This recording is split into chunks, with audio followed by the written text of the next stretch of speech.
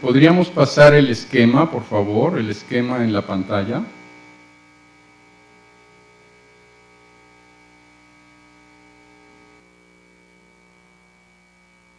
Bueno, entonces vamos a iniciar la sesión del día de hoy.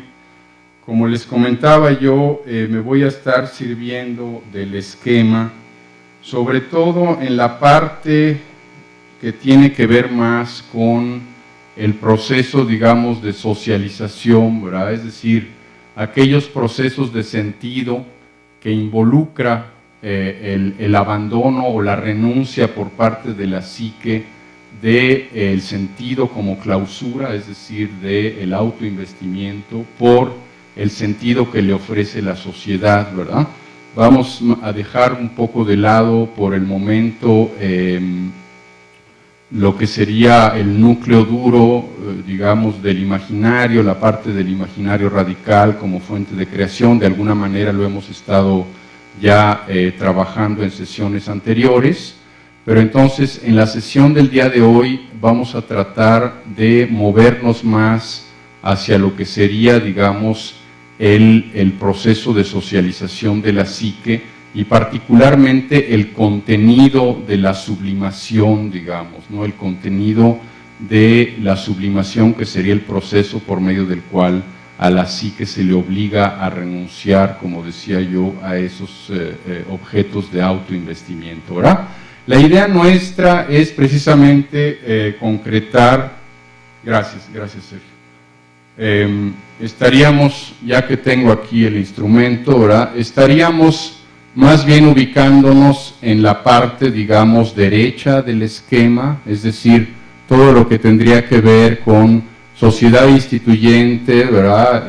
Instituido e institución, también preparando la próxima sesión que vamos a tener sobre ese tema, pero lo que en esta sesión nos va a interesar más es esta parte que está aquí arriba, ¿verdad? Lugar de la separación, sublimación, socialización. Vamos a estar trabajando mucho respecto a esta cuestión, porque precisamente voy a estar refiriéndome a la cuestión del sentido como clausura, ¿verdad? Vamos a hablar del sentido como clausura en el caso del odio del otro, pero vamos a hablar también del sentido como clausura en el caso de la sociedad de repetición o la sociedad heterónoma, ¿verdad? Entonces, antes de entrar en ese detalle, voy como siempre a hacer una revisión muy rápida de la sesión pasada, ¿verdad? Bueno, la sesión del día de hoy se llama Imaginario Radical y precisamente sentido como clausura, ¿verdad? Hay una cuestión que me parece que es de particular importancia para la sesión del día de hoy, que tiene que ver precisamente con el proceso por medio del cual a la psique, al exigirse que abandone, digamos, sus objetos de autoinvestimiento, se le da como opción el hecho de que obtenga placer no de órgano, sino placer de representación, nos dice Castoriadis, ¿verdad? La psique es, por lo tanto, receptora de impresiones, pero es sobre todo emergencia de la representación como modo de ser irreducible y único, y organización de algo en y por su figuración, su puesta en imagen. Esta parte es importante porque precisamente cuando abordemos en la sesión de hoy todos aquellos procesos por medio de los cuales la sublimación viene, digamos, investida por significaciones imaginarias sociales del orden, digamos, de la sociedad heterónoma, estaríamos un poco en ese campo, ¿verdad?, que hace posible que en el sentido contenido en la significación imaginaria social se encuentre precisamente ese placer de representación, ¿verdad?, ese placer de representación. Entonces, como decía yo, en la primera parte, bueno, también tenemos el título de la sesión siguiente, es una sesión que va a ir concretando mucho más nuestros contenidos. Nos vamos a estar refiriendo a tres instancias también muy importantes, ¿verdad?, que de alguna manera se derivan a partir del proceso que hemos estado trabajando en este esquema. Esas tres instancias serían el instituyente, lo instituido y la institución. Entonces, como comentaba yo, la primera parte de esta sesión, ¿verdad? Me voy a referir ya de alguna manera a ¿Perdón? ¿Hay algo por ahí? Sí, la primera parte de esta sesión me voy a estar refiriendo, repito, a el esquema, ¿verdad? Y en la segunda parte ya voy a hablar más de lo que sería el sentido como clausura, ¿verdad? Entonces, bueno, en primer lugar, ya de alguna manera estábamos avanzando, digamos, en el planteamiento de hoy. Decíamos nosotros que en la parte, digamos, derecha del esquema es donde se estaría verificando ese proceso por medio del cual la institución social le va a ofrecer un sentido, digamos, socialmente disponible a la psique para que ella renuncie al autoinvestimiento, ¿verdad? Ahora bien, ese contenido, digamos, social histórico de la sublimación, obviamente va a variar según la sociedad de la que se trate, ¿verdad? Según la sociedad de la que se trate, el proceso, digamos, por medio del cual, como veíamos en la clase pasada, habría un pasaje, digamos, de lo imaginario radical que está en la parte izquierda del esquema a lo que sería ya la sociedad instituyente, ¿verdad? Ese pasaje se lleva a cabo a través, digamos, de la resignificación de formas que están socialmente disponibles y que obviamente van a depender del tipo de sociedad de la que se trate, ¿verdad? Sabemos perfectamente que en el caso de la sociedad heterónoma vamos a tener oportunidad de comentarlo de modo pausado.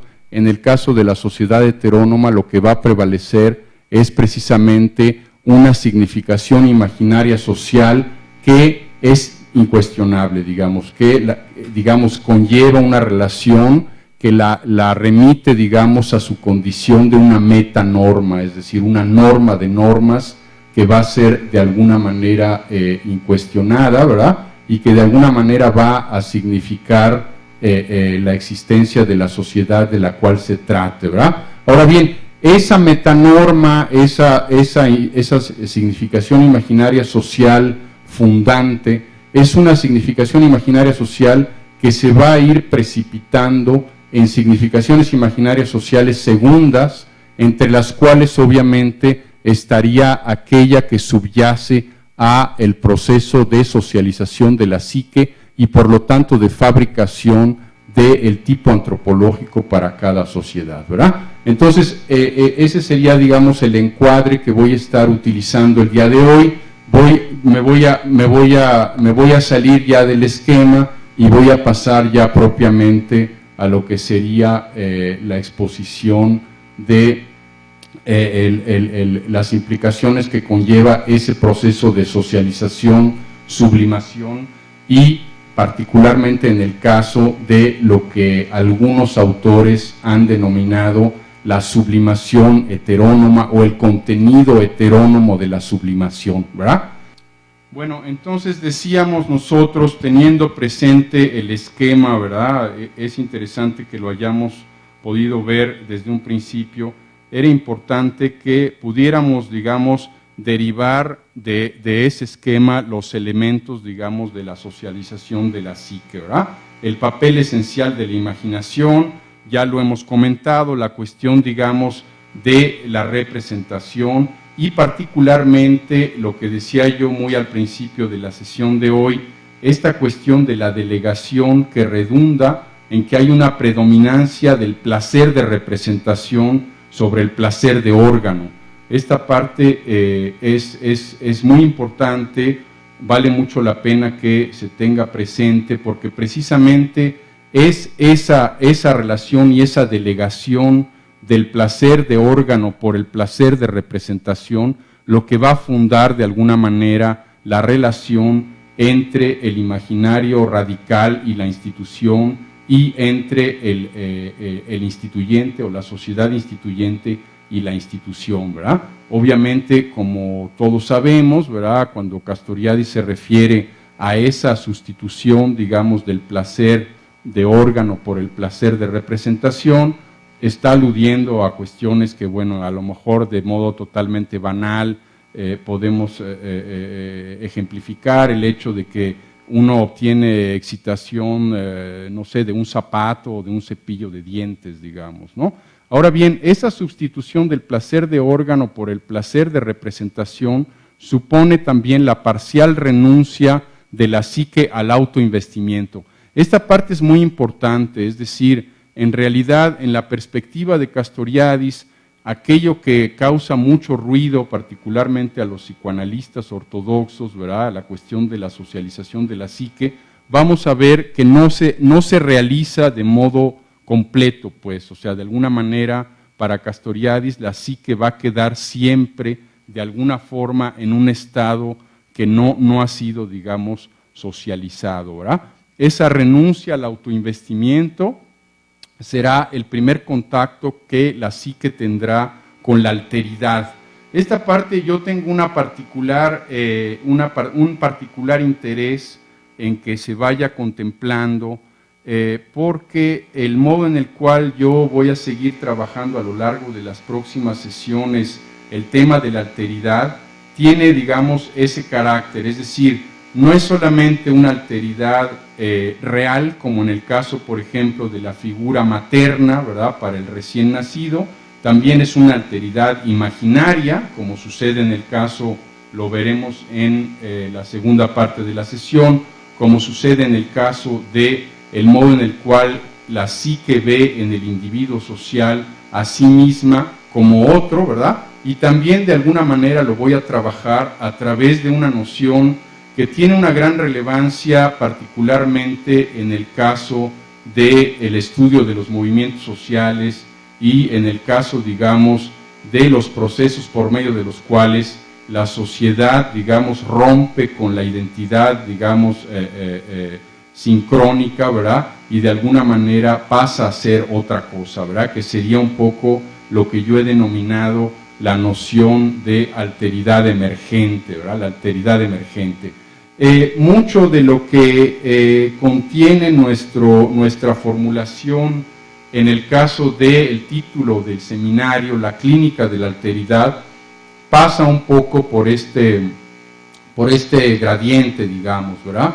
De alguna manera, la idea que yo he querido promover y que de alguna manera contiene el seminario y el título del seminario, es que a través de la forma en la cual se enfrentan esos tres niveles de la alteridad, podemos de alguna manera radiografiar un proyecto social, digamos, ¿verdad? Es decir, el modo en el cual se enfrenta la alteridad, tanto emergente como real, como imaginaria, ¿verdad? Lo vamos a ver cuando hablemos precisamente de la sociedad heterónoma en la segunda parte de esta sesión. Básicamente lo que habría en el caso de la sociedad heterónoma es un ocultamiento de la alteridad, es decir, si de alguna manera hay algo que caracteriza a la sociedad de repetición, ¿verdad?, la sociedad religiosa o la sociedad heterónoma, es precisamente que hay un esfuerzo infinito y casi mediado por el peligro de vida o muerte, por ocultar la alteridad, ¿verdad? Lo que ustedes de alguna manera adivinan es que en el caso de la sociedad autónoma en proyecto, habría casi una natural, digamos, condición de apertura ante la alteridad. Es decir, la idea es que en la medida en que nos movemos entre la sociedad heterónoma y la sociedad autónoma, ¿verdad?, habría un gradiente de posición respecto a la alteridad. La sociedad autónoma sería una sociedad más abierta a la alteridad, ¿verdad?, en la medida en que la sociedad autónoma encuentra en la apertura un sentido, ¿verdad? Y en el caso de la sociedad heterónoma habría una tendencia mayor a ocultar la alteridad, a negar la alteridad, y en esa medida sería una sociedad a la cual le subyace un sentido como clausura. Es decir, en la sociedad heterónoma, ¿verdad?, lo que prevalece es precisamente un sentido como clausura, ¿verdad? Entonces es importante que veamos esas variables, ¿verdad? Que son, en lo personal, estoy muy comprometido con esa postura. Ojalá y pudiéramos a lo mejor a la hora del debate abordarlo ya más en corto, ¿verdad? Obviamente, como vamos a tener oportunidad de ver también en la segunda parte de la sesión, en fenómenos como puede ser el fenómeno del racismo, como puede ser el fenómeno, digamos, de la intolerancia del otro, en fenómenos como puede ser el problema de la misoginia, ¿verdad? De alguna manera se refleja una postura ante la alteridad, es decir, la sociedad al manifestarse a través de los casos extremos, por ejemplo, de odio del otro, de alguna manera está también negando la alteridad, ¿verdad? Vamos a entrar un poco en ese debate, como decía yo, en la segunda parte de la sesión. Lo que respecta a esta primera parte, es muy importante que tengamos presente que este debate en torno a la alteridad también atraviesa la cuestión de la socialización-sublimación. Es decir, cuando ustedes tienen presente el proceso por medio del cual la psique es obligada a abandonar, digamos, sus objetos de autoinvestimiento, estamos precisamente ante un proceso que introduce la separación, ¿verdad? Que introduce la sublimación, precisamente como el proceso por medio del cual se renuncia a los objetos, digamos, originarios y de alguna manera se encuentra en las formas socialmente disponibles un sentido parcial, ¿verdad? Y finalmente, de alguna manera, se lleva a cabo lo que sería el proceso de socialización. Ahora bien, ese proceso compuesto precisamente por esos tres momentos, separación, sublimación, socialización, es precisamente un proceso que está mediado por la manera de entender la alteridad, es decir, en una sociedad concreta, ¿verdad?, específica, histórica, habría una manera de entender la separación, sublimación, socialización, y en otra sociedad habría una manera totalmente distinta de asumir esos tres procesos y por lo tanto de posicionarse respecto a la alteridad, ¿verdad? En ese sentido, es importante que tengamos muy presente esta cuestión porque de alguna manera lo que vamos a estar viendo en la segunda parte y lo que de alguna manera Castoriadis va un poco a vaticinar como el elemento clave, digamos, de la fabricación del tipo antropológico va a ser el contenido precisamente de ese proceso de separación, sublimación, socialización, ¿verdad? Como decía yo anteriormente, y voy a parecer repetitivo, pero vale la pena que lo tengamos muy presente, en el caso de la sociedad de repetición, lo que media la separación, sublimación, socialización es el ocultamiento de la alteridad. En el caso de la sociedad autónoma en proyecto, lo que media esos tres momentos de separación, sublimación, socialización es precisamente la apertura ante la alteridad. La apertura ante la alteridad. En términos muy específicos, bueno, Castoriadis, refiriéndose un poco a la cuestión de la metáfora paterna, nos va a decir en un momento dado la sublimación, separación, sublimación, socialización que se da, digamos, en el caso de la sociedad autónoma en proyecto, es un proceso que de alguna manera desconoce que el padre sea la fuente exclusiva del sentido, nos dice, ¿verdad? El padre no es la fuente exclusiva del sentido. En esa medida hay en el proceso, digamos, de socialización para el caso de la sociedad autónoma en proyecto, hay una apertura ante la alteridad, es decir, la institución, el padre, ¿verdad?, el gran otro, en términos de Lacan, no es, digamos, una instancia exclusiva, ¿verdad?, mítica, intocable y no cambiable, digamos. Para Castoriadis habría la posibilidad precisamente de que el recién nacido sea de alguna manera socializado a través de una sublimación que supone el entendido de que el padre no es la fuente exclusiva del sentido, nos dice Castoriadis, ¿verdad? Por la vía del proceso de sublimación, ese proceso involucra el sentido para la psique, que es un sentido clausurado, como lo hemos ya visto, y la obligación de su abandono por la vía de la resignificación de las formas socialmente disponibles. Esas formas constituyen el contenido social histórico que es puesto en juego a la hora de la sublimación. Esta parte es también muy importante, es decir, el proceso que tiene lugar en la intersección que veíamos en nuestro esquema, ese proceso, digamos, de renuncia al autoinvestimiento, y que es un proceso que está caracterizado por el placer de representación, por el placer de órgano, es un proceso que no es, digamos, una suma de partes, digamos. No se trata de que en ese proceso de representación se suma el imaginario radical a las formas socialmente disponibles. Es un proceso que va más allá de la suma de las partes, es decir, es un proceso de resignificación, es un proceso de creación de sentido nuevo,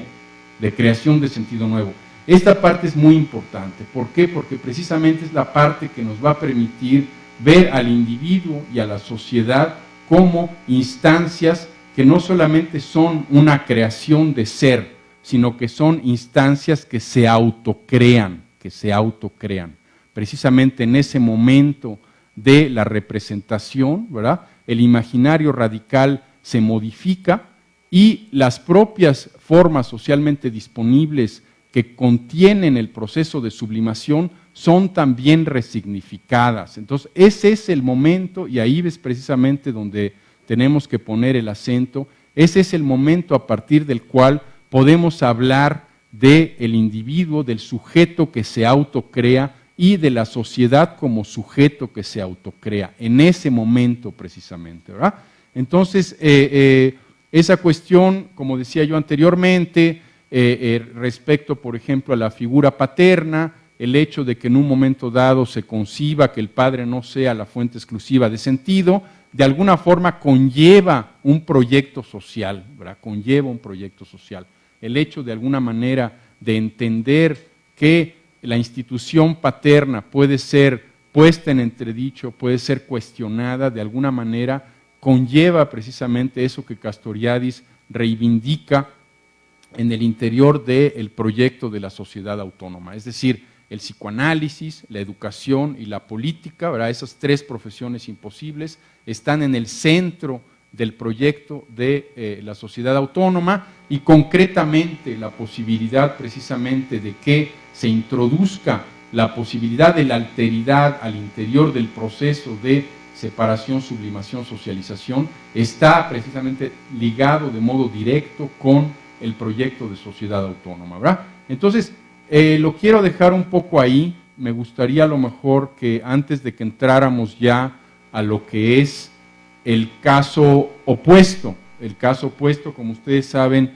Castoriadis en un primer momento va a identificar y va a caracterizar la sociedad autónoma en contraposición de la sociedad heterónoma, ¿verdad? Entonces, de alguna manera, lo que hemos estado viendo en la primera parte de la sesión es cómo el proceso de socialización tiene lugar y cómo en Castoriadis ese proceso de socialización conlleva una historicidad, es decir, no se socializa al tipo antropológico de la misma manera en todas las sociedades, ni siquiera en todas las épocas. Cada sociedad y cada época va a socializar su tipo antropológico de manera distinta. Ahora bien, esa socialización va a llevar consigo la cuestión precisamente de la apertura o el ocultamiento de la alteridad. Y es eso precisamente lo que nos va a permitir, como veremos en la segunda parte de la sesión,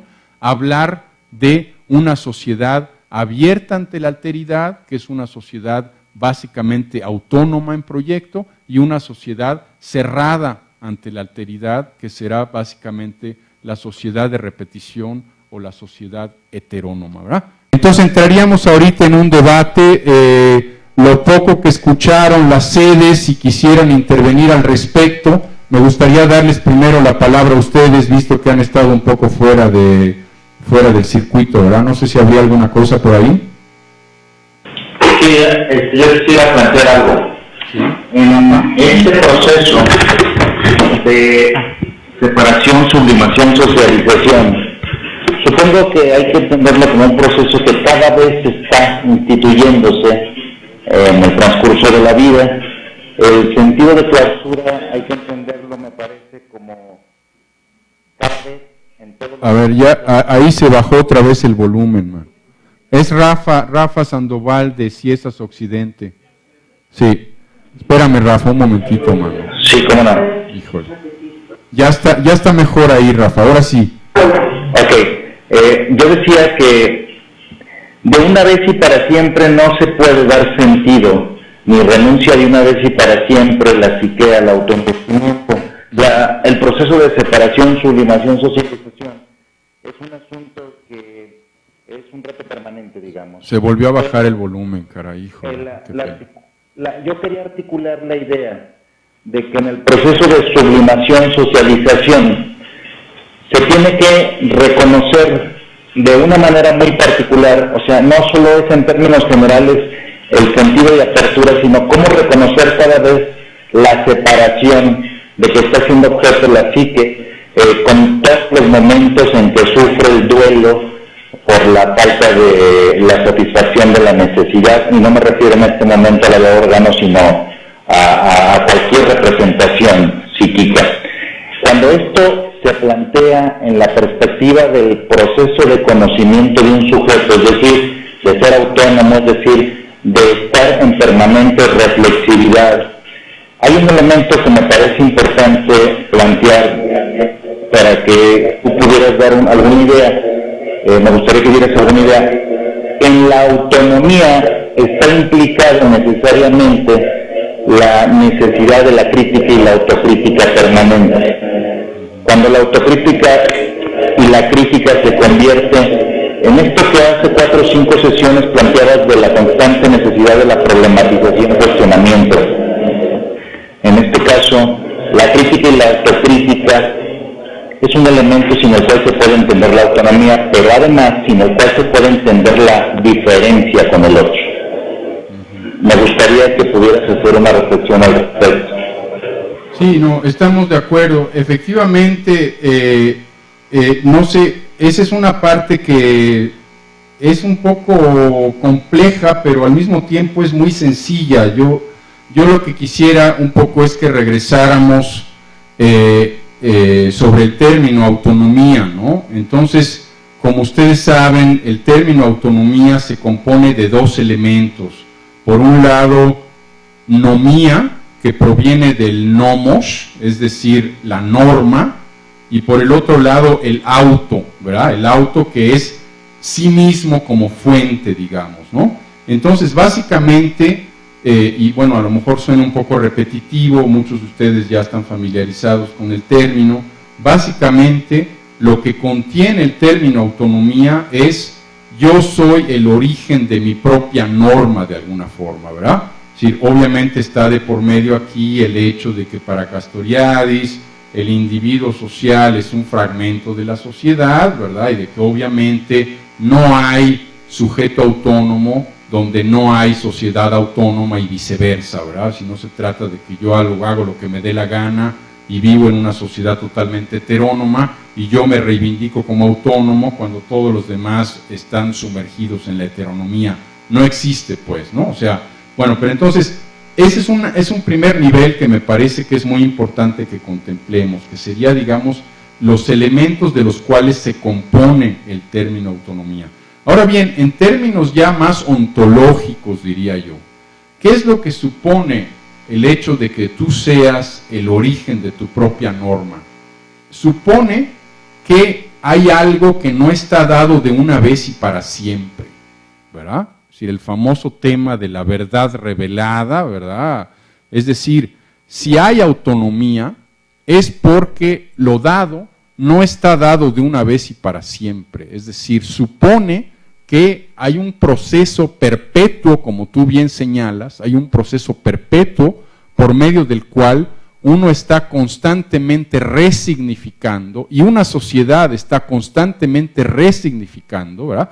Y ese es un proceso, digamos, de darse a sí mismos la propia ley, digamos, de alguna forma, ¿verdad? Ahora bien, ahí hay una cuestión que ya lo hemos manejado también aquí en nuestro seminario, es también muy importante. Nosotros sabemos que toda sociedad se autoconstituye, toda sociedad se autocrea, digamos, ¿no? ¿Qué es lo que ocurre en el caso de la sociedad autónoma? En el caso de la sociedad autónoma en proyecto, esa sociedad se autocrea de modo explícito, es decir, no solamente se sabe que es el origen de la propia norma, sino que además se quiere como el origen de la propia norma. Esa parte también es sumamente importante. Ahora bien, entrando ya a la parte de la crítica y la autocrítica, efectivamente, cuando ustedes revisan en particular el texto de Democracia y Relativismo, en donde en el debate con el grupo Moss, Castoriadis se posiciona ante el hecho de pronunciarse respecto a las instituciones de los otros. Castoriadis dice, toda sociedad es capaz de crear instituciones sublimes y toda sociedad es capaz de crear instituciones grotescas, ¿verdad? Es una condición prácticamente de toda sociedad. Ahora, ¿qué es lo que permite que uno tome una posición respecto a las instituciones de los otros, ¿verdad? Lo que permite que uno tome la posición respecto a las instituciones de los otros es que uno tenga una postura radicalmente crítica respecto a las instituciones propias, ¿verdad? Respecto a las instituciones propias. Esa parte es importante porque nos lleva también mucho, pues, a todo el debate, digamos, posmoderno y a toda la cuestión, digamos, de relativizar las instituciones y de decir, no sé, haciendo alusión un poco a un autor que leía yo recientemente, de decir que básicamente es lo mismo el Requiem de Mozart que un par de botas, ¿verdad? Es decir, no es lo mismo, y esa parte me parece que es sumamente importante. Ahora bien, hay una cuestión que tú mencionas también en tu intervención, Rafa, y te lo agradezco porque de alguna manera nos permite acotar nuestra discusión, ¿verdad? Que es precisamente la cuestión de la diferencia. Si hay algo, digamos, que durante toda la trayectoria de Castoriadis estuvo constante en su discurso, es precisamente una crítica a eso que él, de alguna manera, sabes, un poco su estilo muy sarcástico, ¿verdad?, llamó en un momento dado la ideología francesa, ¿verdad?, la ideología francesa.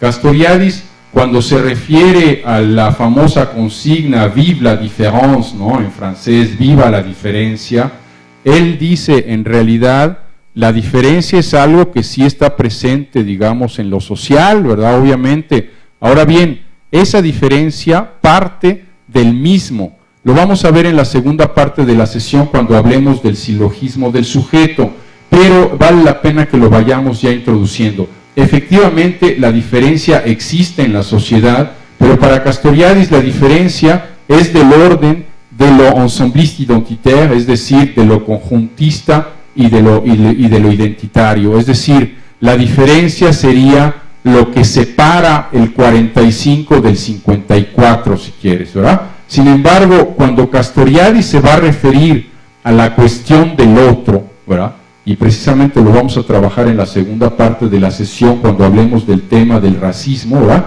cuando Castoriadis se va a referir a la cuestión del otro, va a hacer una diferencia ahora sí que tajante entre diferencia y alteridad.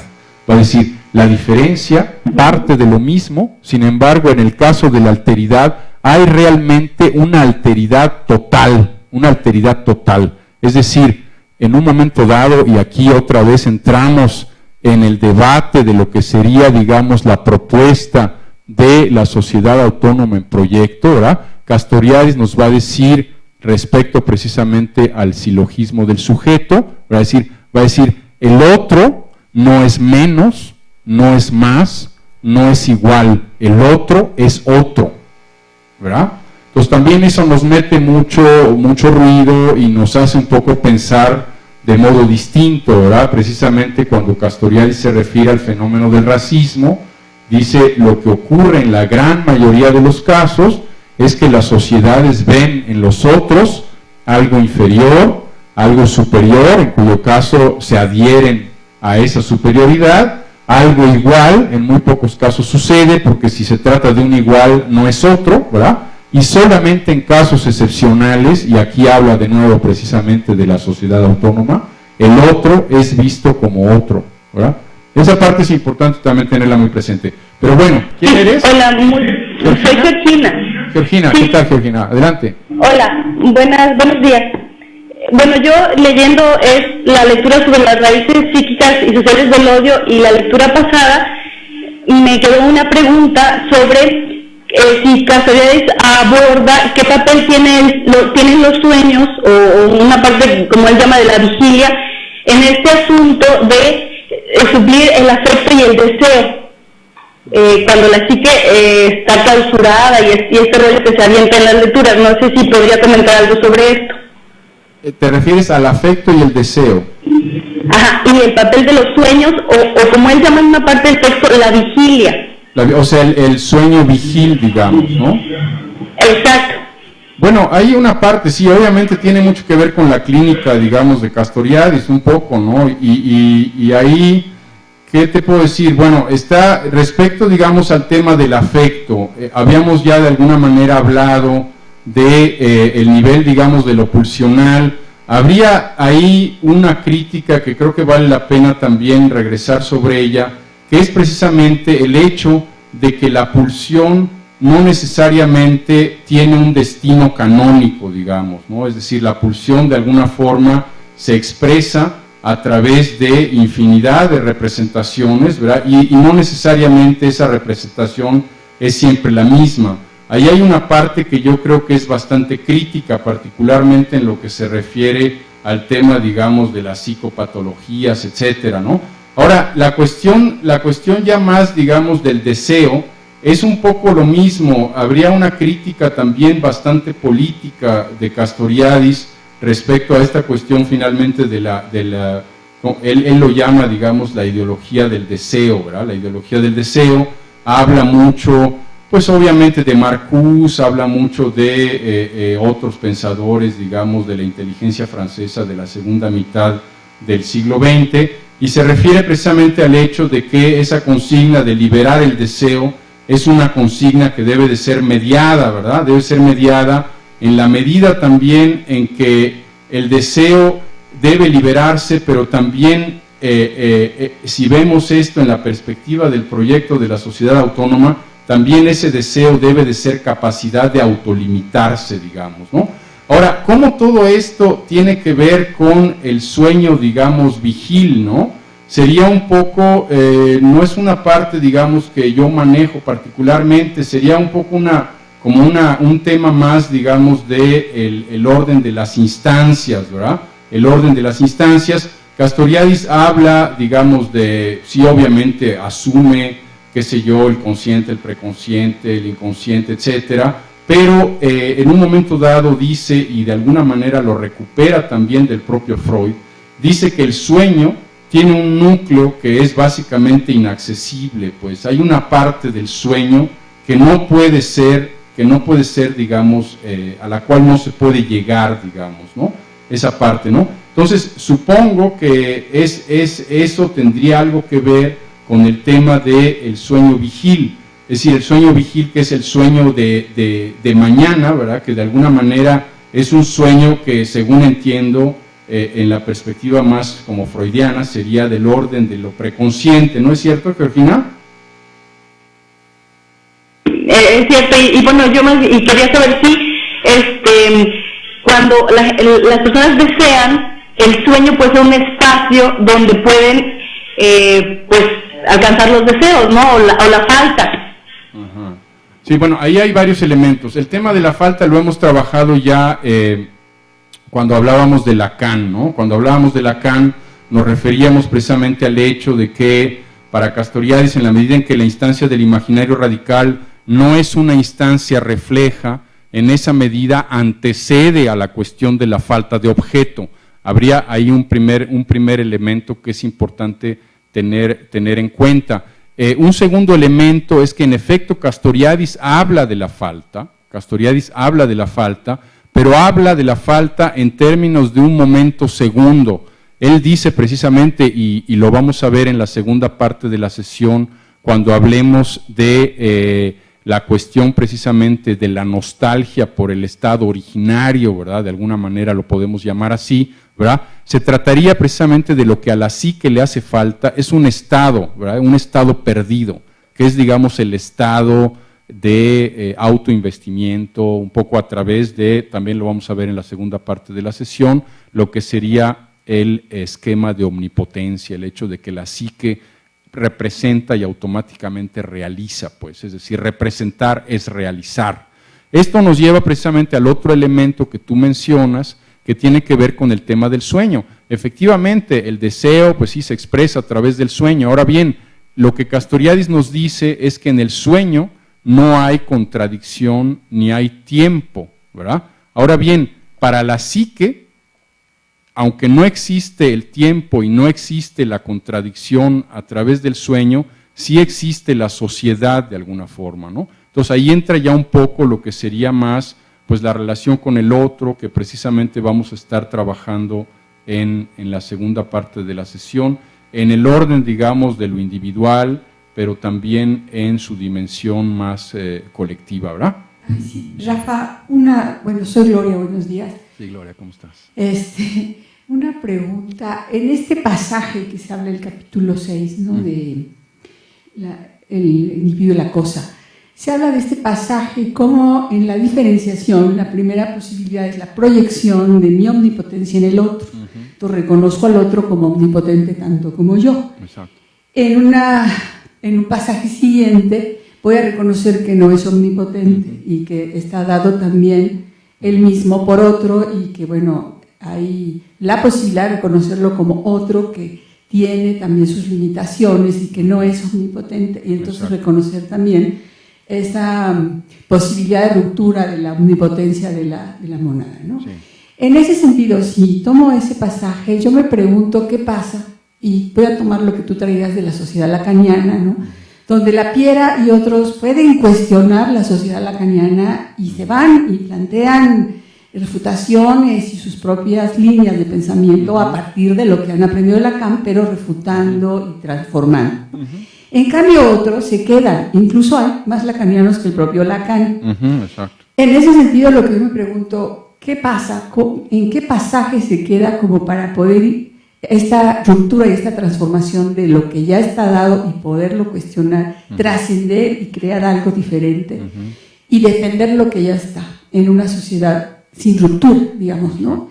Y lo vemos también en movimientos sociales, en donde algunos grupos cuestionan y dicen esto no puede ser y vamos al cambio, mientras otros estarían defendiendo la autoridad y así está dado y así está dicho y así nos quedamos, ¿no? Y los esquiroles, bueno, serían parte de eso, de alguna manera, ¿no? Siempre ha sido mi incógnita. ¿En qué pasaje está este asunto donde uno sí se da la posibilidad, incluso en el grupo familiar, hay quienes que invocan al padre y le cuestionan, y otros defienden al padre y dicen es el padre que respetar, y así es, ¿no? Y hay peleas entre hermanos por esa autoridad, ¿no? Se da en macro y en micro esto, y son de la misma familia y formados más o menos en la misma situación. Entonces, ¿por qué unos sí y otros no pueden darse esa posibilidad de cuestionar, pues, ¿no? Sí. De romper, además, lo que ya está dicho? Siempre me ha quedado ahí. Pues es una pregunta muy grande, Gloria, la verdad. Es una pregunta realmente muy importante y muy gigante, ¿no? Es decir, ahí, bueno, está de por medio toda la crítica que Castoriadis hace al determinismo, es decir, aquello que se había dicho, por ejemplo, en el caso del marxismo, de que hay un momento histórico, de que hay un sujeto revolucionario, casi por naturaleza, etcétera, etcétera. Bueno, Castoriadis lo critica de modo muy radical. Cuando él habla precisamente de los momentos de creación, tanto a nivel individual como a nivel colectivo, habla de que son momentos excepcionales, habla de que en realidad el movimiento general, tanto a nivel de lo individual como a nivel de lo colectivo, es un movimiento hacia lo familiar, es un movimiento hacia la repetición, digamos, ¿no? Ahora, es muy interesante que tú traes a colación el conflicto entre el cuarto grupo y la escuela de Lacan, porque precisamente para mí ese es ¿cómo decirte? Es realmente una fuente de inspiración, ¿verdad? Para mí lo que ocurre, y lo vimos un poco cuando dedicamos la sesión a la obra institucional de Lacan, ¿verdad? Para mí lo que ocurre en ese momento es precisamente que hay, por un lado, una tendencia a la repetición, una tendencia a seguir repitiendo la institución a través de una figura emblemática, que es de alguna manera portadora de ese esquema de omnipotencia, ¿verdad? En el caso, por ejemplo, de Lacan. Y por el otro lado, habría un grupo que se separa, ¿verdad? Y que realmente crea algo nuevo de alguna manera, ¿no? ¿Por qué para mí es una fuente de inspiración? Es una fuente de inspiración porque ese proceso lo vemos en todos los grupos. En todos los grupos. Es decir, en todo grupo hay en un momento dado un proceso, ¿verdad?, que culmina en la institucionalización. Ese proceso generalmente se convierte en un proceso que da como resultado una estructura burocrática, ¿verdad?, que es una estructura que está por encima del devenir, por encima de la alteridad, y que de alguna manera se perpetúa, ¿no?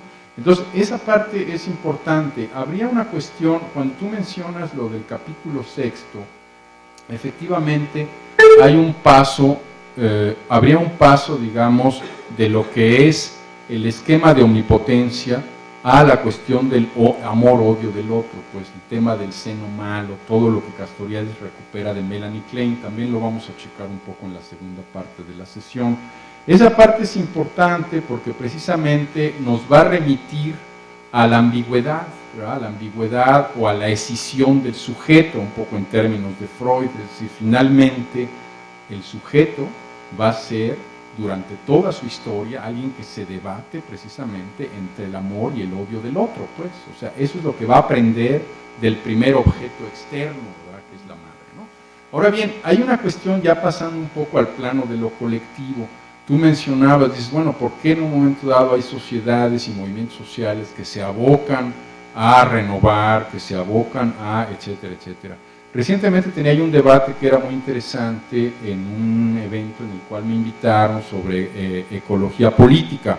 Como ustedes saben, muchos de los miembros del grupo MOS, particularmente Serge Latouche, ¿verdad?, han estado metidos en lo que se llama el decrecimiento, es decir, todo crecimiento, todo desarrollo va en contra, digamos, de la ecología, es decir, del planeta, digamos, de la ecología del planeta, y todo crecimiento y todo desarrollo va en contra también de la sociedad como tal, pues, ¿no?, de alguna manera. Esa es un poco la postura, digamos, en términos muy esquemáticos. Ahora bien, a donde yo voy es a lo siguiente. Cuando uno observa la crítica que algunos sectores hacen de ese tipo de postura, se habla de una postura conservadora. Es decir, aquellos que quieren de alguna forma que separe los aspectos, digamos, más perniciosos del crecimiento de la industria, de la contaminación, etcétera, ¿verdad?, están de alguna manera optando por conservar algo.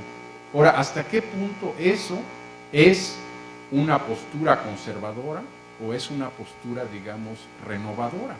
Y eso nos lleva al debate precisamente que yo quiero proponerte, que es un debate que Castoriadis nos menciona en varias ocasiones. Nos dice, lo nuevo no necesariamente es bueno, ni tampoco lo viejo necesariamente es malo, ¿verdad? Ahí Castoriadis, y bueno, esa es una parte que yo los invito a que le entren, ¿verdad?, va a decir de alguna manera, incluso hay un texto de él, ¿verdad?, que es muy emblemático al respecto, donde dice, yo soy un inconforme de derecha a izquierda. Soy un inconforme de derecha a izquierda. Es decir, cuando uno quiere conservar la naturaleza, cuando uno quiere conservar los lazos sociales, cuando uno quiere conservar lo que ahora llaman un poco también el capital social, etcétera, etcétera, ¿es uno conservador o es uno renovador? ¿Es ese realmente Son preguntas que no tienen una respuesta, realmente nos ponen ante el abismo y nos ponen precisamente ante el desafío de posicionarnos, ¿verdad? Si hay cuestiones obviamente que, qué sé yo, hablábamos un poco en los términos de este seminario de ecología política, se decía, bueno, un poco la filosofía de esta corriente, digamos, de crecimiento de Latouche, ¿no? consume y consume lo que produces, ¿verdad? Es decir, nosotros sabemos perfectamente que eso está totalmente alejado de la realidad que vivimos. O sea, ¿quiénes de nosotros producimos lo que consumimos? Pues nadie, ¿verdad? Nadie. Entonces, bueno, está toda esa parte. Ahora, una postura que dice consume lo que produces y produce lo que consumes, ¿es una postura reaccionaria porque quiere conservar o es una postura renovadora? Ahí está precisamente la gran interrogante, ¿no? Pero va un poco por ahí la cosa. Lo que sí me gusta, y en ese sentido te agradezco, es que este modo en el cual lo planteas respecto a la disidencia del cuarto grupo y lo que de alguna manera en términos a lo mejor esquemáticos, los psicoanalistas lacanianos se les paran los pelos de punta cuando uno dice que Lacan resolvió el conflicto del pase a través de una fórmula burocrática. No les gusta, pues, ¿verdad? No les gusta, pero bueno, ni modo, ¿verdad? Pero bueno, de alguna manera, sea o no sea cierto, nos permite también un poco como que ejemplificar aquellos procesos que nos interesa. Finalmente, ¿qué es lo que hay de por medio? Lo que hay de por medio en ese conflicto del pase son dos posturas distintas respecto a la alteridad, ¿verdad? Es decir, en un caso, la alteridad se oculta y se dice no existe y lo que prevalece aquí es la figura paterna, ¿verdad? Y emblemática, ¿verdad? Y la institución de Lacan. Y en el otro caso dicen, oye, no, pues ¿sabes qué? Que hay que abrir la cosa, ¿verdad?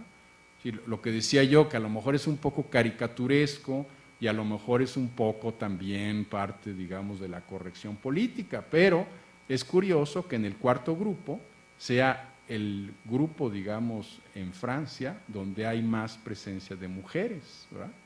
Es algo que, en lo personal, yo lo veo significativo. O sea, el psicoanálisis no es solamente un asunto de teoría y no es solamente un asunto de hombres, es también un asunto de mujeres, pues, y en ese sentido como que, ¿verdad? Entonces al proceso de separación, sublimación, socialización, ¿verdad? Habíamos dicho, y creo que es importante insistir, en el hecho de que ese proceso no se lleva nunca a cabo, digamos, de modo completo, ¿verdad? Habría, digamos, siempre un remanente, digamos, de la condición o la tendencia, digamos, de la psique a cerrarse sobre sí misma, ¿verdad? Sería una condición que perdura y que acompaña la historia del sujeto, ¿verdad? Cuando nos hemos referido a esta cuestión de la separación, sublimación, socialización, hemos también tratado de nombrarlo como la ruptura de la clausura. Habíamos hablado de la ruptura de la clausura, seguramente a ustedes les va a sonar familiar, de hecho, ese término de ruptura de la clausura, Castoriadis lo va a utilizar también cuando se va a referir al nacimiento de la filosofía y de la democracia en la Grecia antigua, ¿verdad? Entonces, obviamente, es un paralelismo cuyos detalles y matices hay que mediar, digamos, por la vía de la instancia de lo histórico-social, pero que no es, digamos, un paralelismo totalmente descabellado, digamos, no habría en la postura precisamente castoridiana. Lo vamos a ver, creo que es la siguiente sesión en la cual nos vamos a referir a el mito de la horda primitiva en el texto de Tótem y Tabú de Freud, ¿verdad? Vamos a poder redundar un poco sobre esta cuestión.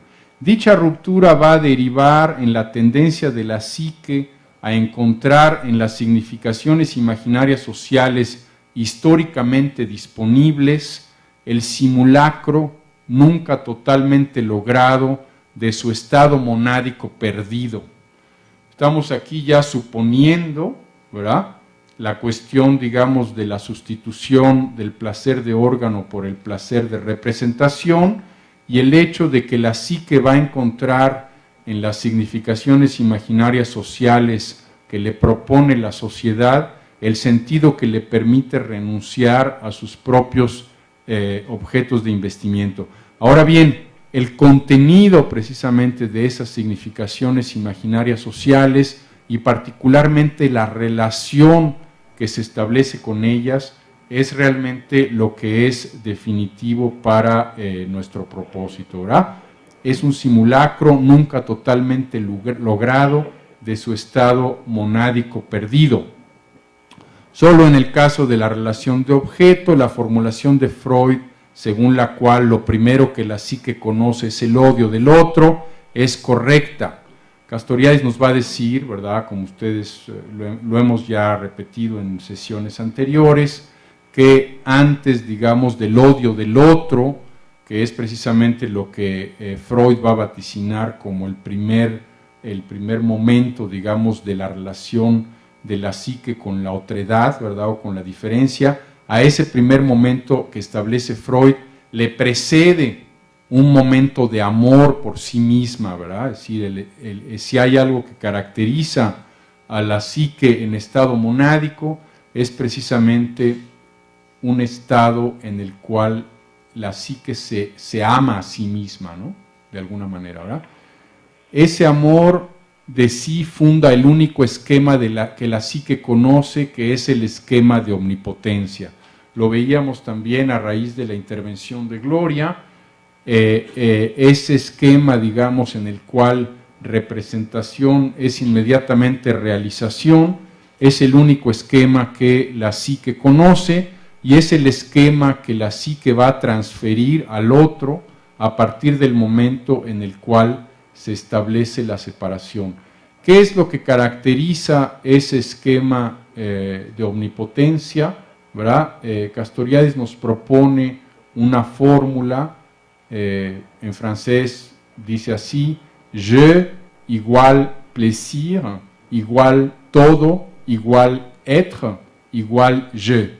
O sea, traducido al castellano sería yo, je, es igual al placer, eso es igual al todo, eso es igual al ser, y eso es igual otra vez al yo, al je, ¿verdad?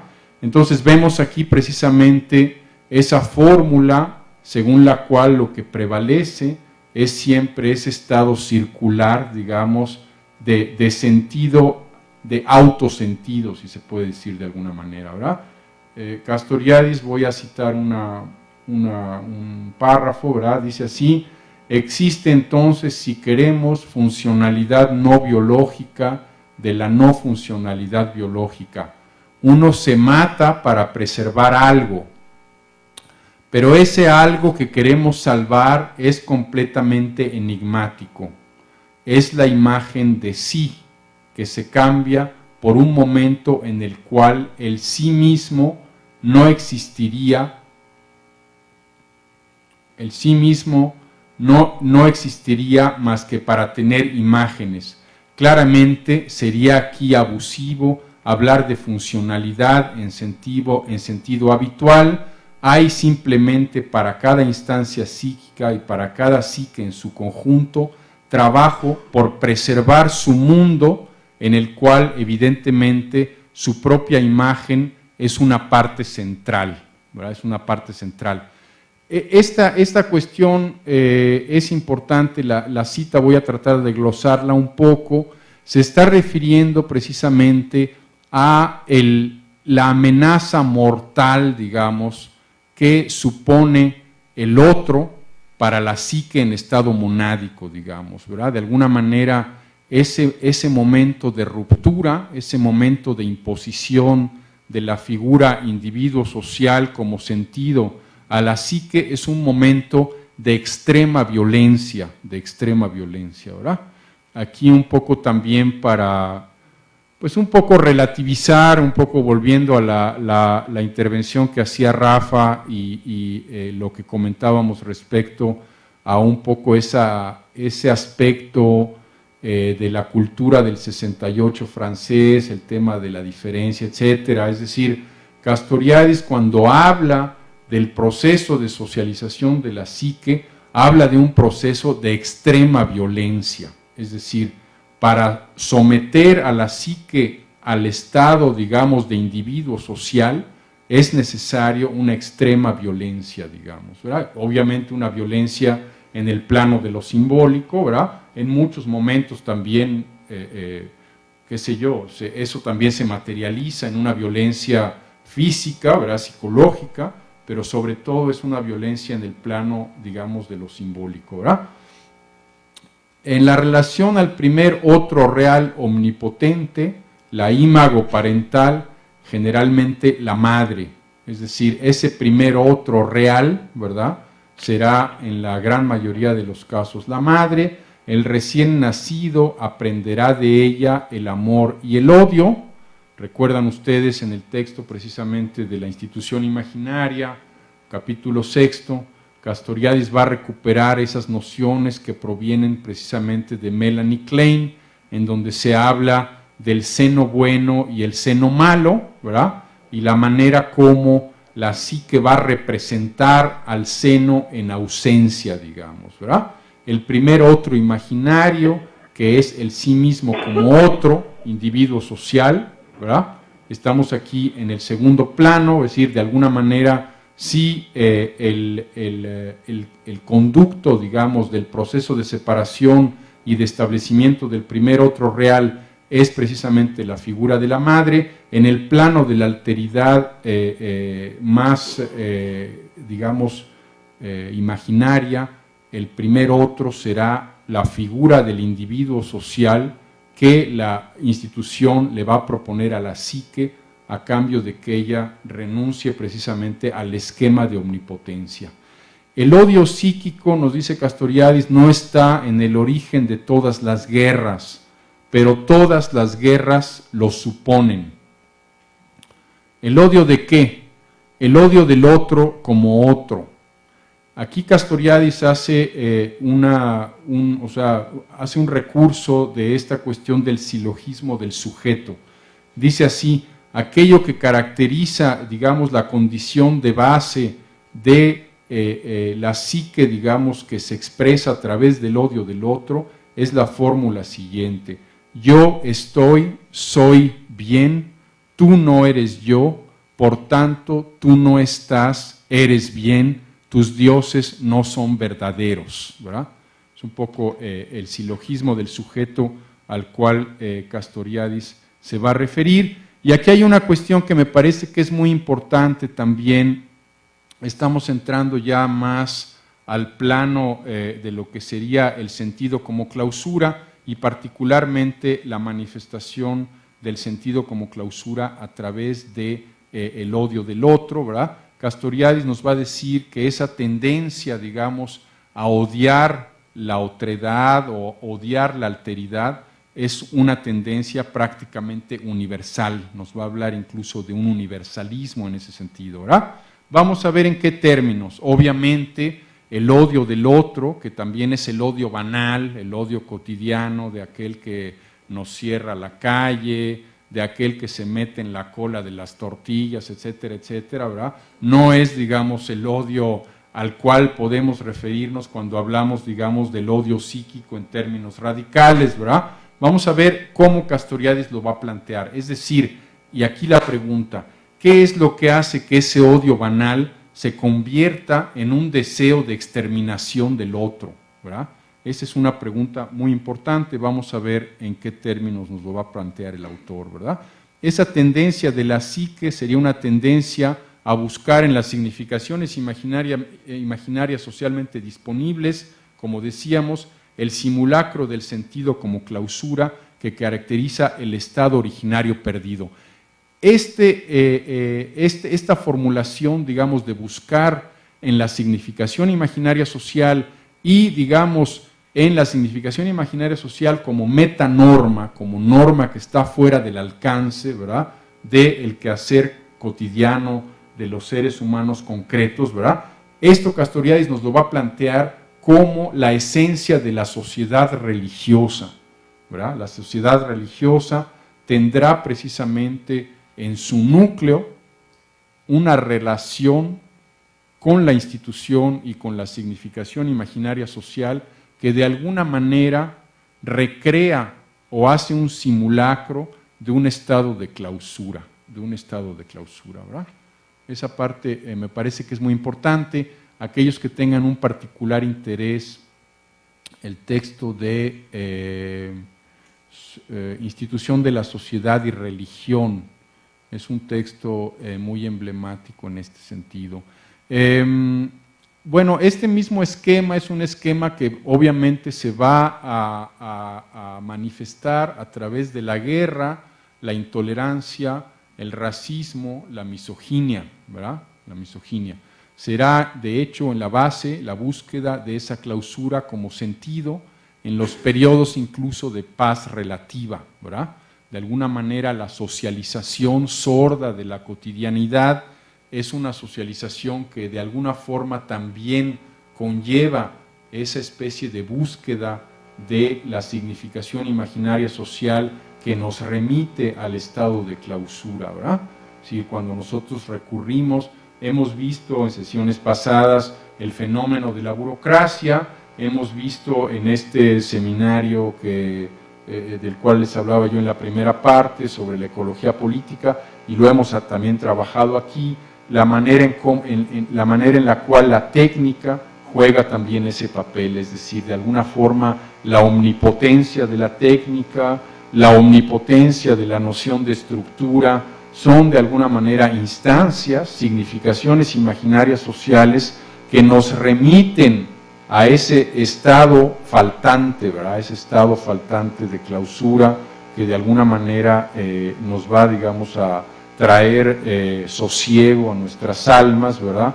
Porque vamos a ver en instancias como puede ser las leyes de la historia, los dioses, las leyes del mercado, como que normas, ¿verdad?, que nos trascienden y que trascienden el devenir y la alteridad.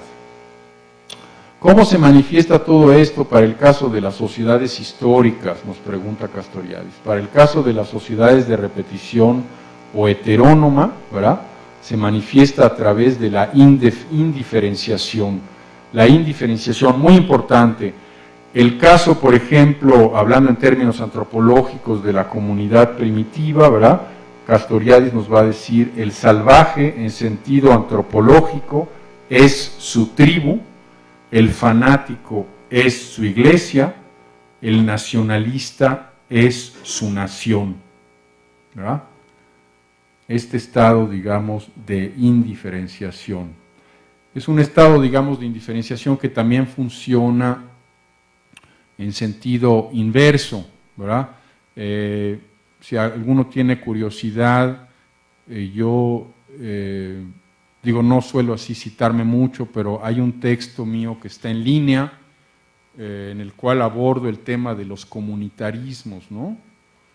Ese abordaje que hago en ese texto que está en línea, puesto por la Fundación Andreu Nin de Barcelona, aborda mucho toda esta cuestión de cómo los comunitarismos contemporáneos de alguna manera nos remiten a ese estado de fusión, de indiferenciación entre el miembro y la comunidad a la que pertenece de alguna forma, ¿verdad? Si alguien tiene curiosidad de echarle un ojo, ¿verdad?, ya me mandarán sus comentarios al respecto, ¿verdad? Ver entonces la conservación de la imagen de sí en las dimensiones tanto individuales como colectivas. Esta parte siempre es también muy, muy importante, es decir, finalmente, cuando hemos hablado en sesiones anteriores de la identidad, digamos, diacrónica de la sociedad y lo que hace posible que una sociedad deje de ser lo que es para ser otra cosa, estamos hablando un poco de esta cuestión, que además tiene que ver con esta otra instancia que yo he logrado, digamos, un poco definir y elaborar de la alteridad como emergencia, es decir, en qué medida la alteridad como emergencia para la sociedad, para los movimientos sociales, para las comunidades, para los grupos, ¿verdad?, no es en un momento dado una amenaza, digamos, de la imagen de sí, la imagen de sí.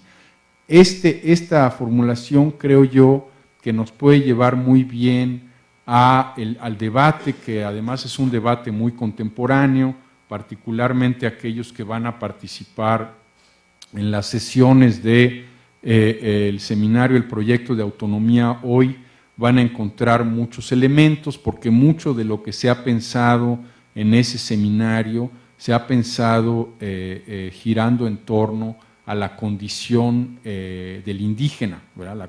La cuestión, digamos, de la identidad de los pueblos indios, ¿verdad? Y en qué medida la identidad de los pueblos indios es algo compatible con un concepto como puede ser el concepto de autonomía. Precisamente el 19 de marzo, que vamos a tener a Arturo Lomelí, él va seguramente a ahondar sobre esa cuestión. Tendremos oportunidad de profundizar al respecto. En ese sentido, decíamos, el odio banal de la cotidianidad, ¿verdad? Es un odio, digamos, que se olvida, digamos, a la vuelta de la esquina.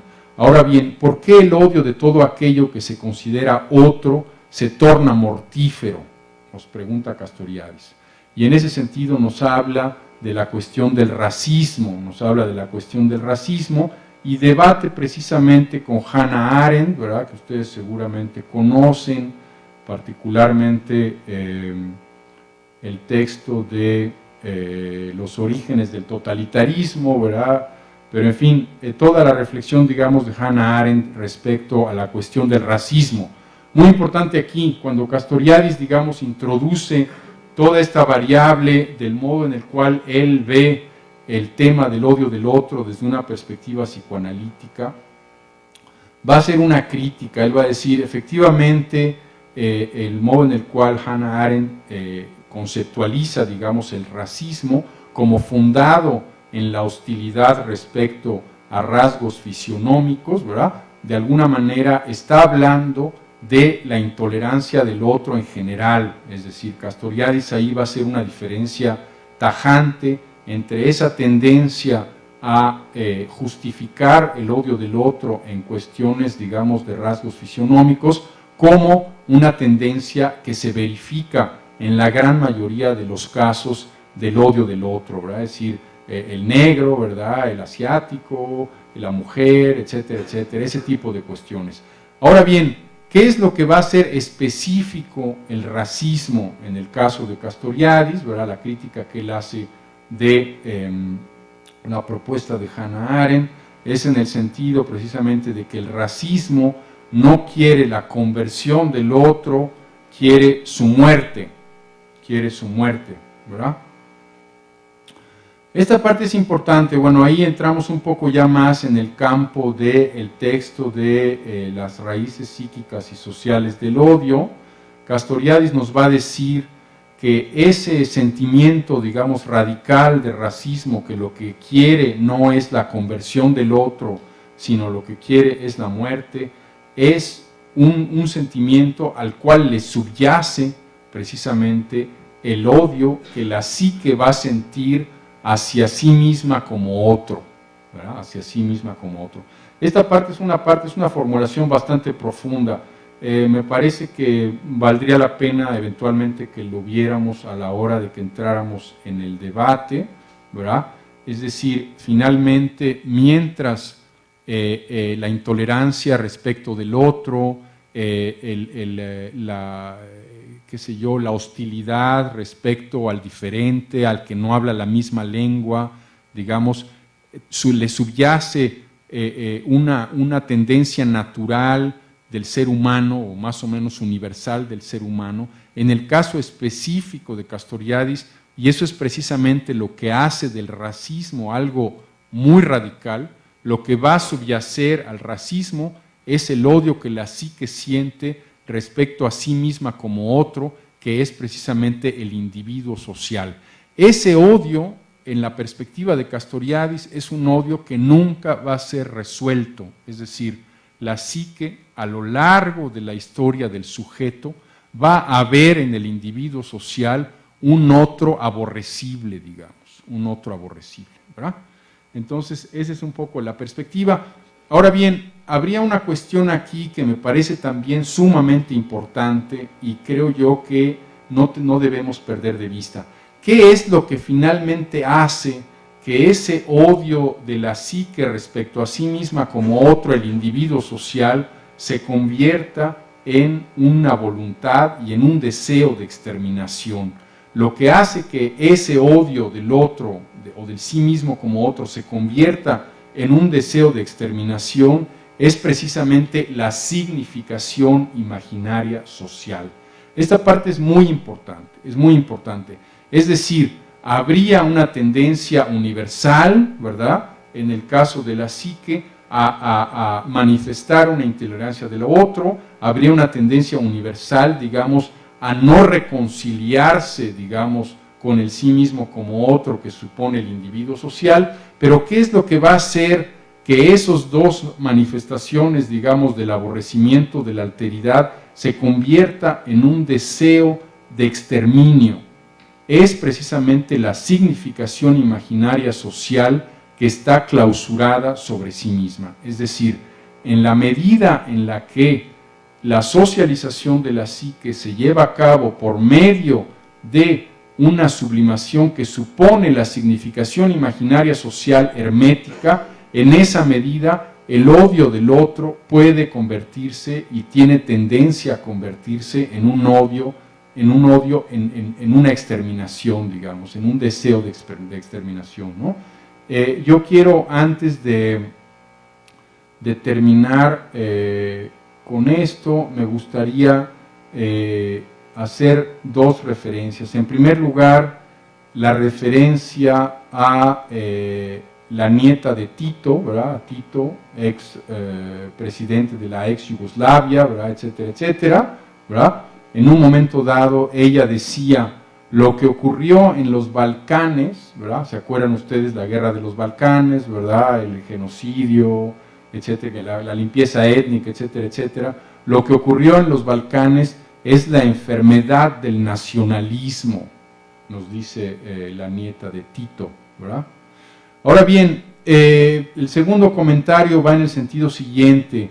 Viendo ya en perspectiva nuestra sesión del próximo miércoles y pensando de nuevo en lo que sería una alternativa a esa significación imaginaria social de clausura que inspira en un momento dado la intolerancia extrema e incluso el deseo de exterminación del otro, me voy a referir por último a la noción de alteridad en el mundo griego, ¿verdad? Efectivamente, en el caso del mundo griego, la alteridad es conceptualizada, ¿verdad? El nombre es aloiosis, ¿verdad? El nombre es aloiosis, existe desde el nacimiento de la democracia y de la filosofía en la Grecia antigua una posibilidad de concebir la alteridad absoluta, ¿verdad? Esa posibilidad está precisamente contenida en el término aloiosis. ¿Qué es lo que esto supone para nuestro planteamiento? Regreso un poco a un comentario que hice cuando terminé la primera sesión del día de hoy. Supone precisamente que la posibilidad de que el individuo y la sociedad se autocree es una posibilidad que existe en la medida en que se concibe la alteridad.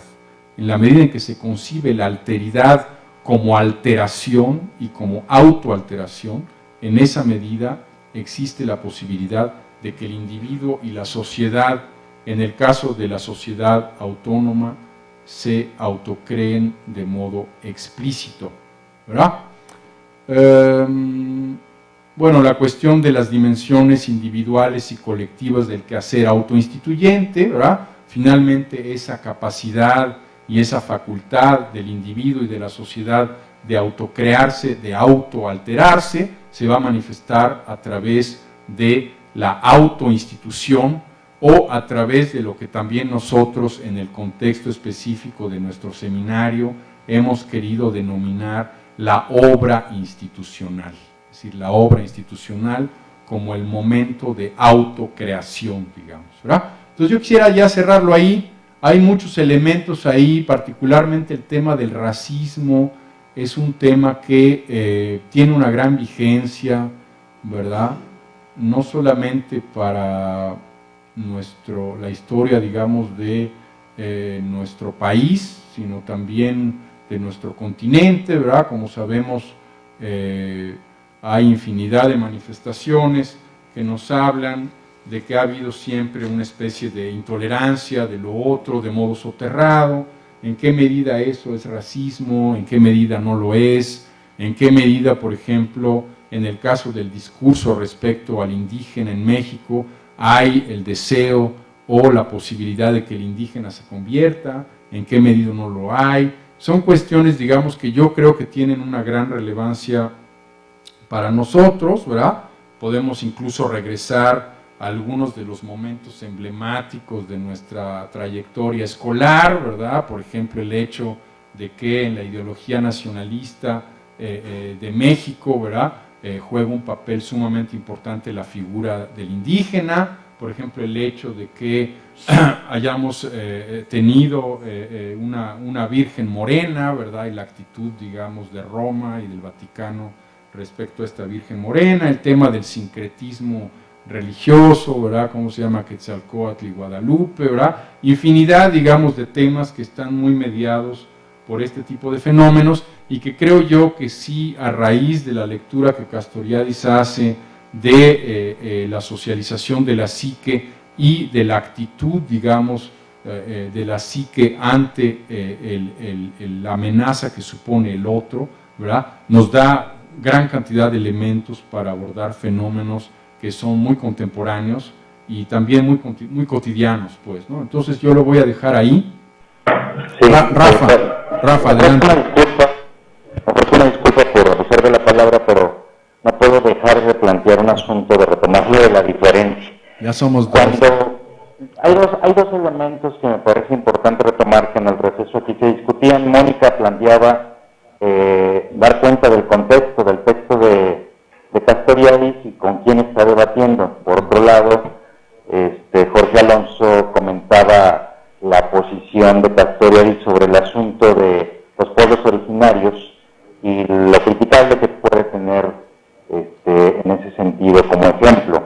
Pero yo quería retomar a partir de esta influencia, inspirado en estas dos observaciones críticas, el asunto del debate de Castoriadis con los franceses en su momento y la noción, la acepción de la noción de diferencia, que al debatir con esta idea de viva la diferencia hace Castoriadis.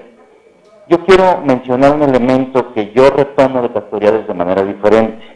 Cuando él plantea la cuestión de la alteridad y lo otro, él lo toma desde la noción de tolerancia, en buena medida, en un contexto diferente, en un espacio diferente, en una situación. El debate que podemos traer algunos con la idea de los derechos humanos, la idea de la tolerancia, y esto de la intolerancia, bueno, algunos usamos, en mi caso, la idea de la diferencia para poder hacer el brinco con respecto al reconocimiento de lo otro. Lo otro, como ya lo hemos visto en las sesiones anteriores, tiene dos elementos. Lo otro que está en el otro y que yo no tengo es un elemento que está faltando reconocer en esta parte de la discusión, porque el odio al otro no solo es lo que odio de mí, sino lo que no tengo del otro y lo quiero.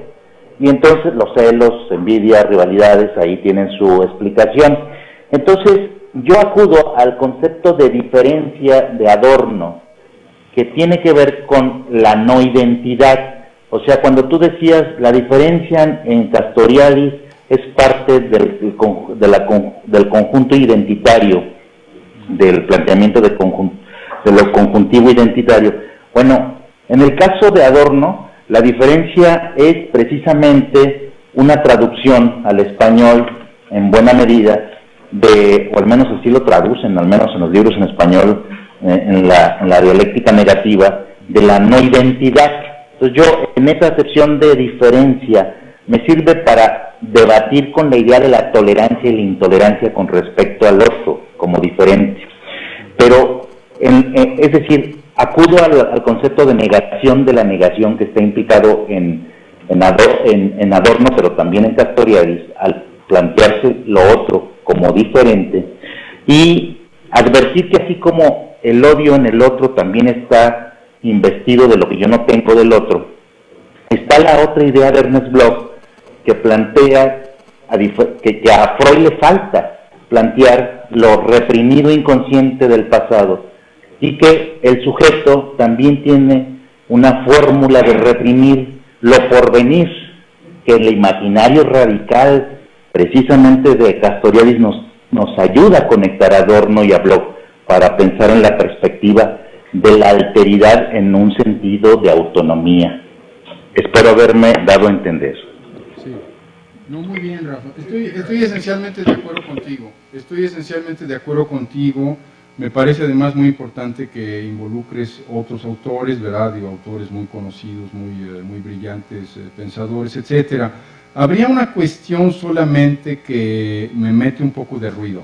Es decir, respecto a esta cuestión de ligar diferencia con tolerancia, el tema de los derechos humanos, o sea, te sigo más o menos en el razonamiento. Respecto a la cuestión de la alteridad y de la diferencia radical entre alteridad y diferencia, ¿verdad? Valga la redundancia, a mí me remite mucho un poco a una cierta tendencia, a lo mejor no necesariamente de la escuela de Frankfurt, pero también me hace mucho pensar en Marcuse también, ¿no? Que es el famoso tema de la transparencia, ¿verdad? La transparencia. Yo creo, y ahí un poco retomo esta reflexión que haces respecto a Bloch y el modo en el cual se presenta lo otro como el inconsciente reprimido, ¿verdad? Y en esa medida la represión del pasado y la represión del porvenir, un poco en términos de Freud, lo que sería la repetición para no recordar. Castoriadis se referiría en ese sentido a lo que yo de alguna manera he denominado el otro que nos habita. Es decir, de alguna manera la relación entre consciente e inconsciente es una relación mediada precisamente por un otro que nos habita. Obviamente entramos ahí en el campo, digamos, de la clínica y entramos en el campo en el cual Castoriadis se va a plantear el tema de cómo el fin del análisis es precisamente la explicitación de una relación entre las instancias, pero no la supresión de las instancias. No se trata de suprimir el inconsciente, se trata precisamente de establecer una relación distinta con el inconsciente que en la perspectiva del contexto en el cual nos encontramos en este momento es una relación distinta con el otro que nos habita de alguna forma, ¿verdad? Ahora bien, ahí a mí, independientemente de que creo que estos planteamientos, ya me lo dirás, van en consonancia con el planteamiento que tú hacías, el único tema que a mí me preocupa en ese sentido es esta tendencia o esta idea casi implícita, ¿verdad?, de algunos planteamientos respecto a la diferencia que nos remiten al tema de la transparencia. Es decir, Castoriadis lo dice muy claramente, el fin del análisis no es hacer santos, ¿verdad? El fin del análisis es hacer sujetos que tienen una relación distinta con el otro que los habita. Ahora, esa relación distinta con el otro que los habita, en la medida en que está mediada por la no transparencia del sujeto, en esa medida yo creo que no solamente es una relación con la diferencia propia, sino es sobre todo una relación con la alteridad radical propia, digamos, ¿no? En ese sentido, ¿no?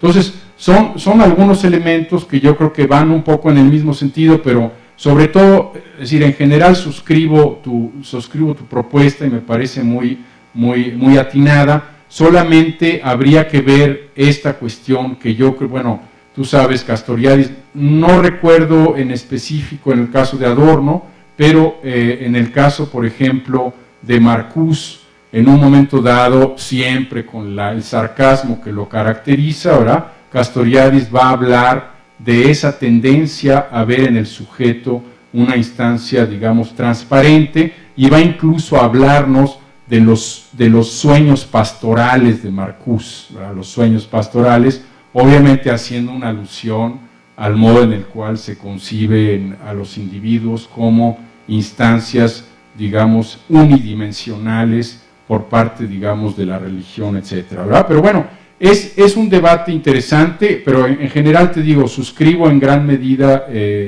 tu planteamiento, salvo por esa cuestión que a lo mejor ojalá sea motivo de mayor profundización en los próximos encuentros. ¿Vale? Vale, gracias. Órale, ¿alguna otra cosilla por ahí? ¿Alguien más que quiera pasar al ruedo? Sí. A ver, Ricardo. Sí, solo quería apuntar, hay un texto que es un estudio, ahorita no recuerdo el autor ni el título, pero es un estudio sobre 4 guerras, comparando la Alemania nazi con Ruanda, los Balcanes y no recuerdo la cuarta, en donde sigue una línea muy cercana en el análisis a la que Castoriadis establece, en el sentido de ver cómo se activa el nacionalismo y el racismo y hace el modelo un poco de los intelectuales, los políticos, etcétera, la prensa y todo lo que se orquesta para lanzar a la población en, digamos, interviniendo el imaginario a una guerra pues con las características de estas que señalé, ¿no? Absolutamente de exterminio prácticamente. Y en ese sentido eso está conectado con la idea de el modelo político del amigo enemigo, y en el sentido de Castoriadis, que también tiene una crítica a esa concepción de amigo enemigo, hay otras posibilidades como la que apunta Chantal Mouffe, de modelo adversarial, en el sentido de concebir al otro no como un enemigo hostis, sino como un adversario político que le permite diferenciar a ella entre democracia y otros modelos políticos no democráticos, ¿no? Que tienen ahí la tendencia también hacia el totalitarismo. En fin, ahí hay una discusión que también tiene una dimensión política muy fuerte y de una importancia pues central, ¿no? ¿Cómo no? Sí, no, muy bien, muchas gracias, Ricardo. Sí, me parece muy atinado lo que comentas. Respecto a esta cuestión de las guerras, ¿no? Bueno, yo tuve oportunidad de visitar la ex Yugoslavia antes de la guerra y después de la guerra, ¿verdad? E incluso, bueno, hay por ahí un artículo, si a alguien le interesa, se llama Las fronteras del odio, que está escrito allá en Bosnia, ¿verdad? Ahí hay una cosa que sí es realmente muy impresionante. Esto que comenta la nieta de Tito, es decir, cuando habla del nacionalismo como una enfermedad, ¿no? En realidad tienes toda la razón. Lo que ocurre es que esa posibilidad, digamos, de la hostilidad ante el otro, y regreso aquí un poco a la cuestión de la crítica, a la noción de transparencia, ¿verdad? Es prácticamente para Castoriadis una condición universal. Ahora bien, ¿qué es lo que hace que esa condición universal se convierta en un delirio, digamos, de exterminación? Es precisamente la significación imaginaria social, cuyo contenido es básicamente la heteronomía, pues, ¿no? Entonces, en ese sentido, es muy importante, qué sé yo, cuestiones que nos rebasan, que puede ser la superioridad de la raza, y este tipo de cuestiones nos rebasan, pues son cosas en las cuales no podemos intervenir de alguna forma. Ese contenido que está, por ejemplo, en la fórmula de la superioridad de la raza, es precisamente un contenido cerrado sobre sí mismo, que no tiene historicidad, que no tiene lugar y fecha, pues, de alguna forma, ¿no? Y es de alguna manera el tipo de significación que subyace a ese deseo de exterminio. Obviamente está el tema de las guerras. Bueno, Castoriadis nos dice, no todas las guerras se originan en el odio psíquico, pero todas lo suponen. Es decir, ¿qué es lo que hace en un momento dado que uno sea capaz de matar o de ser matado por una persona con la cual uno nunca ha tenido absolutamente ninguna relación? No sabe uno ni cómo se llama, ¿verdad? Es decir, ¿qué es lo que hace finalmente que eso ocurra, verdad? ¿Qué es lo que hace, por ejemplo, en el caso, qué sé yo, de los kamikaze en la época, digamos, de la guerra, ¿verdad? Cuando se tiraban con las bombas y el combustible necesario para llegar hasta su objetivo sabiendo que se iban a morir, pues, ¿no? O sea, ese tipo de fenómenos me parece que sí tienen una gran relevancia. lamentablemente tenemos gran cantidad de ejemplos que rebasan por mucho las fronteras, digamos, de la cultura greco-occidental, incluso de la propia modernidad, ¿verdad? Entonces, en ese sentido, sí, me parece oportuno que menciones estas distintas guerras, ¿verdad? Bueno, obviamente sabemos, tenemos muy presente el tema, digamos, de los armenios, ¿verdad? Y etcétera, etcétera. Respecto a la cuestión de amigo-enemigo, me parecía interesante porque, como de alguna manera tú lo sugieres, creo yo que gran parte de nuestra cultura política se basa mucho en ese tipo de dicotomías, y es una cosa que me parece a mí bastante inquietante. Creo yo que, un poco volviendo a lo que decíamos anteriormente con Gloria respecto a el hecho de que Castoriadis se sintiera descontento de izquierda a derecha, o el hecho de que lo nuevo pueda ser negativo y lo viejo pueda ser positivo, nos mete un poco en esa dinámica. Es decir, finalmente, si no hay algo que digamos, caracterice más el sectarismo, que es esa fórmula de que estás conmigo o estás contra mí de alguna forma, ¿no? Y lamentablemente es una fórmula que rebasa por mucho pues el mundo de las sectas en sentido tradicional. De alguna forma también es un elemento muy característico de nuestra propia cultura política, ¿verdad? Entonces, muy bien, pues muchas gracias por ese comentario. ¿Habría alguna otra cosa por ahí? ¿No? Aquí en la sala, a ver, la compañera, ¿le pasan por favor el micrófono?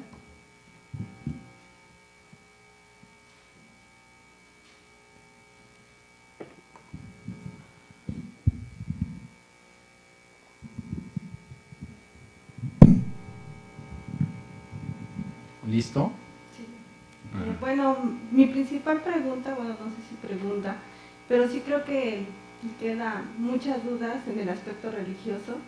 Al final lo que estamos viendo es cuando hay una diferencia y hay formas religiosas, ¿no? En el caso de que, bueno, ese texto de hecho lo escribes tú, donde dice que si tú no eres yo, no eres bien, ¿no? Básicamente es una forma religiosa. El hecho de que Castoriadis no lo haya puesto explícitamente como tal, no significa que carezca de ello, ¿no? Pero creo que sí hay como carencias teóricas en ese sentido, ¿no? Creo que hablar ya de racismo, nacionalismo, nazismo, estructuras, formas, que de entrada viene desde un eidos, que es una cosmovisión, una estructura que arraiga héroes, o sea, toda una cosmovisión del mundo. Sí. Y por el otro lado también creo que el hecho de que lo hagamos explícito en Castoriadis nos da la pauta para ver el sentido que él mismo va llevando dentro de sus grupos políticos, y por tanto también lo podemos hacer visible como la posibilidad de que la autonomía también tiene sus cláusulas, bueno, está clausurada, ¿no? Como tal. Y entonces va a llegar un momento en el que él va a decir, bueno, la ruptura es importante, ¿no? Y corresponde a formas históricas. Pero eso no significa que lo viejo sea todo malo, ¿no? Y lo nuevo sea todo bueno. Exacto. O sea, al final lo que vamos a ver son formaciones y estructuras históricas como sujetos históricos, pero que también tienen que permanecer, ¿no? Y que le van a dar sentido a una sociedad y que se va a clausurar, ¿no? Y creo que en todo el seminario hemos visto como que la clausura no la podemos tocar, ¿no? Y creo que la otra parte es muy importante, porque ver el polo opuesto nos da la posibilidad de ver por qué todas las instituciones van a llevar ese cauce, ¿no? Y por qué no todo es ruptura siempre, todo es ruptura. Sin embargo, la ruptura es muy importante. Si no, no podemos cambiar como sociedad para bien o para mal, porque no significa que sea bueno, ¿no? Claro. Ahora, lo otro es el proyecto de nación, ¿no? O sea, al final, cuando tienes una ruptura, necesitas un proyecto. Y bueno, apenas vamos a empezar el otro seminario, pero con el zapatismo lo podemos ver, ¿no? O sea, sí le podemos poner nombre y apellido. Por ejemplo, el zapatismo no podía nacer si no tenía las distintas corrientes que se reestructuraron en Chiapas. Una de ellas fue, pues, los posmarxistas, que básicamente ya estaban dejando de lado, ¿no? Y que bueno, no era el viejo Partido Comunista, sino los trotskistas que estuvieron en México. Del otro lado, pues la teología de la liberación, que básicamente es una base religiosa. Y del otro lado, pues yo le podría decir ideología indígena, ¿no? Sin mostrar peyorativamente que no puede ser ideología, ¿no? O sea, en los tres contextos lo que vamos a ver surgir es una propuesta de autonomía con nombre y con voz, y que no nada más va a ser como lo dirige Castoriadis, ¿no? Sino con todas las formas culturales que existen. O sea, yo tendría como esa duda, ¿no? O sea, al final hay que ver también los pros y los contras de utilizar la teoría, ¿no? Y cuáles son las carencias. Porque del otro lado de la religión, o sea, hay muchísimo, y que realmente rebasa las expectativas de lo que podría ser la ruptura. Y por qué las rupturas a veces tienden a fracasar, ¿no? También. Como fue, no sé, bueno, dejémoslo así, ¿no? Porque ya sería como entrar a AMLO fracasó, ¿no? Y le hicieron fraude, ¿por qué? ¿No? Bueno, eso ya sería como muy peyorativo, sin embargo, puede suceder eso, ¿no? Muy bien. Sí, no, muy bien. Sí, estoy de acuerdo. Hay algunas cuestiones que me gustaría un poco resaltar de tu intervención.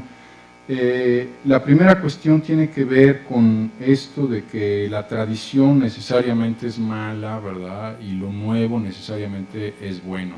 Eso es algo que obviamente Castoriadis se opone totalmente. Es decir, él dice, por ejemplo, que las redes sociales, digamos, que existían y que existen, de hecho, en muchas sociedades tradicionales, es algo que lamentablemente la modernidad ha dado totalmente al traste. Es decir, de alguna forma, el hecho de que uno solo se relacione a través del mercado con los otros sujetos es algo que ha dado realmente al traste con lo que es la socialidad propiamente.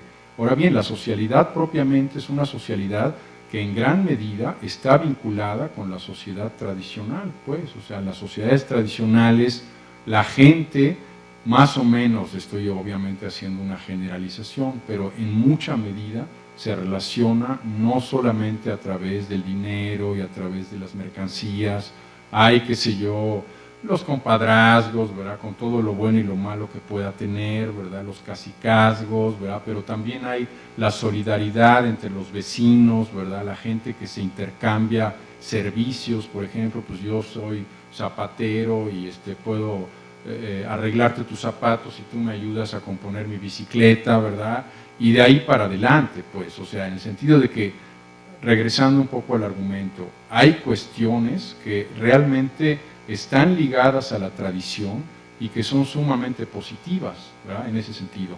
Entonces, ese es un primer momento de mi reflexión. La otra cuestión tiene que ver más con el modo en el cual ha evolucionado el zapatismo. Si yo no soy un experto, aquí por ejemplo tenemos a Rafa Sandoval, que es una persona muy conocedora del movimiento zapatista, podría él eventualmente darnos, está también Gerardo González, ¿verdad?, que han reflexionado mucho sobre el tema.